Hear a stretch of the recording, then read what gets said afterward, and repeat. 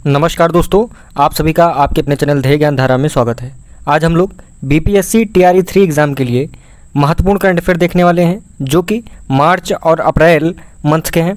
ठीक है, टॉप 20 महत्वपूर्ण करंट अफेयर यहाँ पर हम लोग देखने वाले हैं। इससे पहले हम लोग जनवरी और फरवरी के महत्वपूर्ण 20 करंट अफेयर कवर कर चुके हैं। यदि आपने अभी तक वह वीडियो नहीं देखा है तो आप लोग इस चैनल की प्लेलिस्ट में जाकर वहाँ से देख सकते हैं।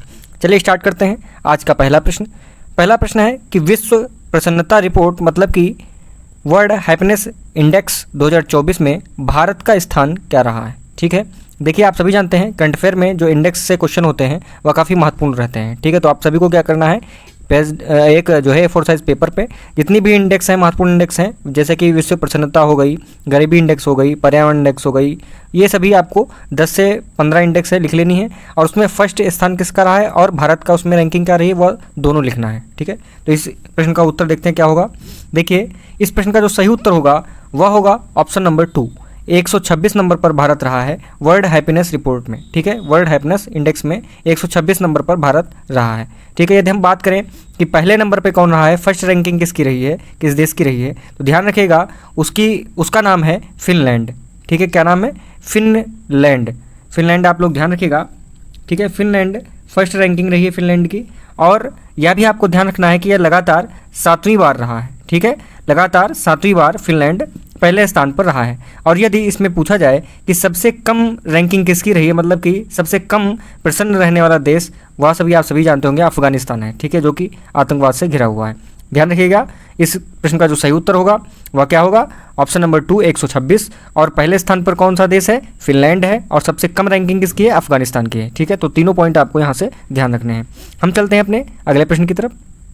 प्रश्न है कि नॉर्थ ईस्ट गेम्स 2024 का तीसरा संस्करण किस राज्य में स्टार्ट हुआ। तो पहला ऑप्शन है असम, दूसरा ऑप्शन है नागालैंड, तीसरा ऑप्शन है मेघालय और चौथा ऑप्शन है मणिपुर। तो इस प्रश्न का जो सही उत्तर होगा वह होगा ऑप्शन नंबर 2 नागालैंड में नॉर्थ ईस्ट गेम्स 2024 का तीसरा संस्करण आयोजित हुआ, स्टार्ट हुआ। ठीक है, ध्यान रखिएगा पूर्वोत्तर राज्य खेल जो ये हुए हैं उनमें ध्यान रखिएगा टोटल कितने राज्य शामिल हुए हैं, वह 8 राज्य शामिल हुए हैं, क्योंकि 8 पूर्वोत्तर राज्य हैं टोटल। आप सभी जानते होंगे जैसे कि अरुणाचल प्रदेश, असम, मणिपुर, मिजोरम, सिक्किम, मेघालय, त्रिपुरा और नागालैंड, ये 8 राज्य हैं जो कि पूर्वोत्तर राज्यों के अंतर्गत आते हैं। चलते हैं अपने अगले प्रश्न की तरफ। हमारा अगला प्रश्न है कि 2024 के एबेल पुरस्कार किसको प्रदान किया गया। 2024 का जो एबेल पुरस्कार प्रदान किया गया वह किसे प्रदान किया गया, यह पूछा जा रहा है। तो इस प्रश्न का सही उत्तर होगा ऑप्शन नंबर 1 मिशेल टेला ग्रैंड। इस प्रश्न का बिल्कुल सही उत्तर हो जाएगा। आप सभी ध्यान रखिएगा एबेल पुरस्कार आप सभी जानते हैं किस क्षेत्र में दिया जाता है। इस प्रश्न का उत्तर आप लोग कमेंट बॉक्स में लिखेंगे कि एबेल पुरस्कार किस क्षेत्र में प्रदान किया जाता है। ठीक है, इसका आप लोग कमेंट बॉक्स में आंसर लिखेंगे। बाकी इस प्रश्न का जो उत्तर हुआ वह मिशेल टेला ग्रैंड, आप नाम इनका ध्यान रखिएगा, इनको 2024 के एबेल पुरस्कार से सम्मानित किया गया है। ठीक है, नेक्स्ट क्वेश्चन है कि मार्च 2024 में किस ब्रांड ने नीरज चोपड़ा को अपना ब्रांड एम्बेसडर चुना है। नीरज चोपड़ा आप सभी जानते होंगे जो है गोल्डन बॉय, नीरज चोपड़ा इनको जो है किस ब्रांड ने अपना ब्रांड एम्बेसडर नियुक्त किया है या चुना है। ध्यान रखिएगा पहले ऑप्शन में दिया गया है एडिडास, दूसरे ऑप्शन में रिबॉक, तीसरे ऑप्शन में एवररेडी और चौथे ऑप्शन में पैनासोनिक। तो सही उत्तर होगा ऑप्शन नंबर 3 एवररेडी ने इनको अपना ब्रांड एम्बेसडर चुना है। अगला प्रश्न है कि किस भारतीय बिलियर्ड्स खिलाड़ी को चीन में विश्व बिलियर्ड्स संग्रहालय में हॉल ऑफ फेम में शामिल किया गया है। तो किस खिलाड़ी को हॉल ऑफ फेम में शामिल किया गया है, उस बिलियर्ड्स प्लेयर का क्या नाम है। तो 4 ऑप्शन दिए गए हैं, पंकज आडवाणी, सौरव कोठारी और गीत सेठी, आदित्य मेहता। तो इस प्रश्न का सही उत्तर होगा ऑप्शन नंबर 1 पंकज आडवाणी। ठीक है, पंकज आडवाणी जी को जो चीन में विश्व बिलियर्ड्स संग्रहालय बना हुआ है या है उसका जो हॉल ऑफ फेम जो है उसमें इनको शामिल किया गया है, पंकज आडवाणी जी को। ठीक है, ध्यान रखिएगा। अगला प्रश्न है हमारा कि हैती में फंसे भारतीयों को निकालने के लिए शुरू किए गए ऑपरेशन का नाम क्या है। अभी हैती में जो घटनाएं हुई उनमें जो भारतीय फंसे हुए थे उनको निकाला गया, ठीक है, भारत की तरफ से। तो उस ऑपरेशन का क्या नाम दिया गया जिस ऑपरेशन के तहत भारतीयों को बाहर निकाला गया है। ठीक है, तो कई ऑपरेशन हुए जैसे आप सभी लोग जानते हैं, मिस्र में हुआ और बाकी कई जगहों पे ऑपरेशन हुए, तो वहाँ से भारतीयों को निकाला गया। तो भारत सरकार के द्वारा एक उसका नाम दिया गया है उस ऑपरेशन का। तो वही इसमें पूछा जा रहा है हैती देश में जो भारतीय फंसे हैं उनको निकालने के लिए किस ऑपरेशन को स्टार्ट किया गया। तो इसमें जो सही उत्तर होगा वह होगा ऑप्शन नंबर 1 इंद्रावती। ऑपरेशन का नाम दिया गया इंद्रावती। इंद्रावती ध्यान रखिएगा। चलते हैं अगले प्रश्न की तरफ। नेक्स्ट क्वेश्चन है, लोकतंत्र सम्मेलन 2024 की मेज़बानी किस देश ने की? लोकतंत्र सम्मेलन 2024 की मेज़बानी किसने की है? 4 ऑप्शन दिए गए हैं। पहला ऑप्शन है यूएसए मतलब संयुक्त राज्य अमेरिका, सेकंड ऑप्शन है जापान, थर्ड ऑप्शन है दक्षिण कोरिया, फोर्थ ऑप्शन है यूनाइटेड किंगडम यूके। तो लोकतंत्र सम्मेलन 2024 की जो मेज़बानी की है उस देश का नाम है दक्षिण कोरिया। ऑप्शन नंबर 3 आपका बिल्कुल सही उत्तर होगा, दक्षिण कोरिया को आप सभी ध्यान रखेंगे। ठीक है, लोकतंत्र सम्मेलन 2024 दक्षिण कोरिया। अगला प्रश्न है कि जिम्बाब्वे की नई स्वर्ण आधारित मुद्रा का नाम क्या है? जिम्बाब्वे ने अपनी अभी नई मुद्रा जो है लॉन्च की है जो कि गोल्डन बेस्ड है, मतलब स्वर्ण आधारित है, तो उसी का नाम बताना है। पहले ऑप्शन में दिया गया है जिम गोल्ड, दूसरे ऑप्शन में झिंगोला, तीसरे ऑप्शन में जिग और फोर्थ ऑप्शन में इनमें से कोई नहीं। तो इस प्रश्न का जो सही उत्तर होगा वह होगा ऑप्शन नंबर 3 जिग। जिग नाम से जिम्बाब्वे ने अपनी नई स्वर्ण आधारित मुद्रा लॉन्च की है। ठीक है, तो ध्यान रखिएगा जिग ZIG। ठीक है, अगला प्रश्न है, विश्व लेखक संगठन द्वारा विश्व साहित्य पुरस्कार 2024 से किसे सम्मानित किया गया है? तो 4 ऑप्शन दिए गए हैं। देखिए, विश्व लेखक संगठन जो है इसने विश्व साहित्य पुरस्कार प्रदान किए हैं, तो इसी से पूछा गया है कि 4 ऑप्शन में किसे जो है विश्व साहित्य पुरस्कार प्रदान किया गया है? रश्मि राजगोपाल, प्रकला प्रभाकर या ममता जी सागर या इनमें से कोई नहीं। तो इस प्रश्न का जो करेक्ट आंसर हो जाएगा ऑप्शन नंबर 3 ममता जी सागर। इनको विश्व साहित्य पुरस्कार 2024 प्रदान किया गया है। देखिए, यह प्रश्न इसलिए आप सभी के लिए ज़रूरी हो जाता है क्योंकि यह पुरस्कार विश्व लेवल पे दिया जाता है, वर्ल्ड लेवल पे दिया जाता है, और इसमें किसी भारतीय का शामिल होना यह महत्वपूर्ण हो जाता है। ठीक है, तो ध्यान रखिएगा।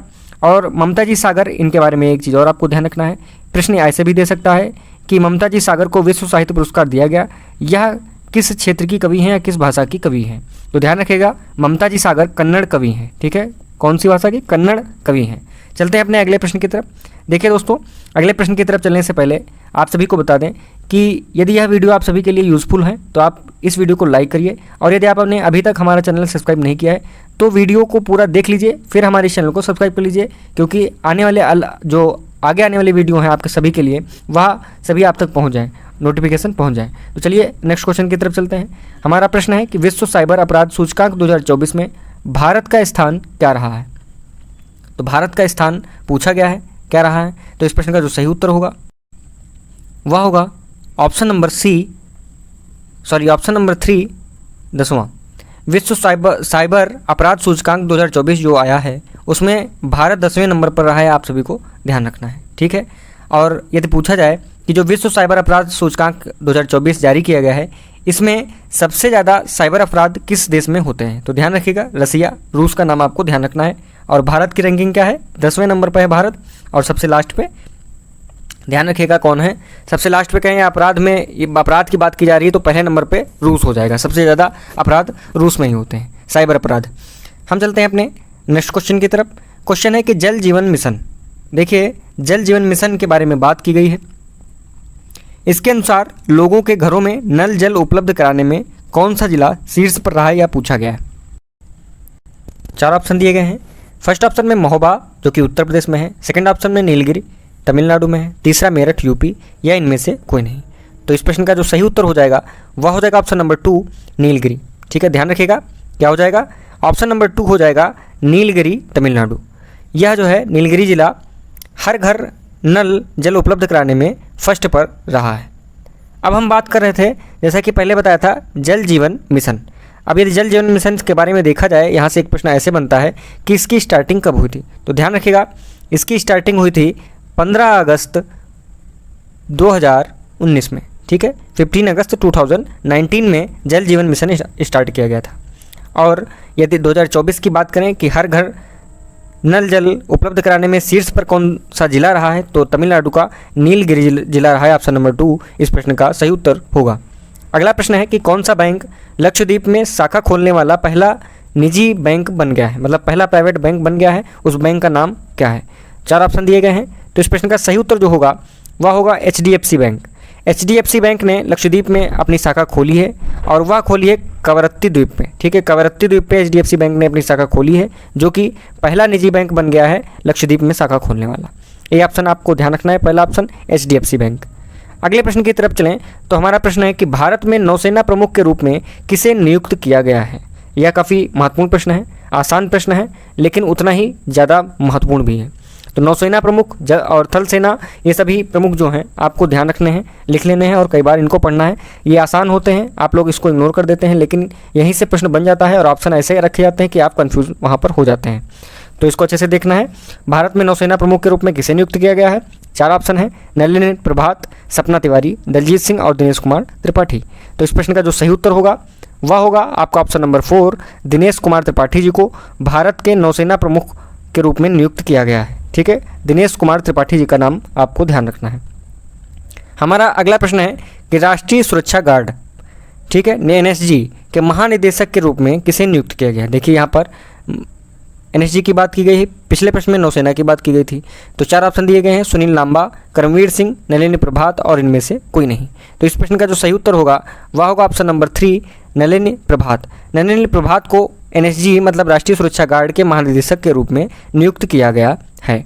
ठीक है, हमारा अगला और आज के सेशन का अंतिम प्रश्न है कि अप्रैल 2024 में किस देश ने प्रथम रेनबो पर्यटन सम्मेलन की मेज़बानी की है? ठीक है, इस पर स्टार बना लीजिएगा, काफ़ी महत्वपूर्ण प्रश्न है। ठीक है, इसको नोट कर लीजिएगा। देखिए, जो पहला रेनबो पर्यटन सम्मेलन है इसकी मेज़बानी किसने की है यह पूछा गया है। 4 ऑप्शन आपके सामने दिए गए हैं, भारत, नेपाल, भूटान और श्रीलंका। तो इस प्रश्न का जो सही उत्तर होगा वह होगा ऑप्शन नंबर 2, नेपाल। नेपाल ने अप्रैल 2024 में प्रथम रेनबो पर्यटन सम्मेलन की मेज़बानी की है। ठीक है, ध्यान रखिएगा, सभी प्रश्न आपके महत्वपूर्ण थे, इनको 1 से 2 बार देख लीजिए। पहली बार में ऐसे देखिए, दूसरी बार में आप 2.0 की स्पीड लगा के देख सकते हैं या कहीं पे लिख सकते हैं, जो कि आपके लिए काफ़ी फ़ायदेमंद होंगे। ठीक है, तो आज यह सेशन यहाँ पर समाप्त होता है। अब नेक्स्ट वीडियो में हम मई मंथ के जो महत्वपूर्ण करंट अफेयर रहेंगे वह लेके आएंगे और इसी प्रकार से हम लोग 40 नंबर के जो सामान्य अध्ययन पेपर आपका होना है तो उसी से संबंधित आपके सभी प्रश्न यहाँ पर लाए जाएंगे सब्जेक्ट वाइज। हमने पॉलिटी, हिस्ट्री के प्रश्न देख लिए हैं, अब आगे आने वाला जो आपका सेशन रहेगा वह साइंस का रहेगा। तो आज के लिए धन्यवाद, आपका दिन मंगलमय हो।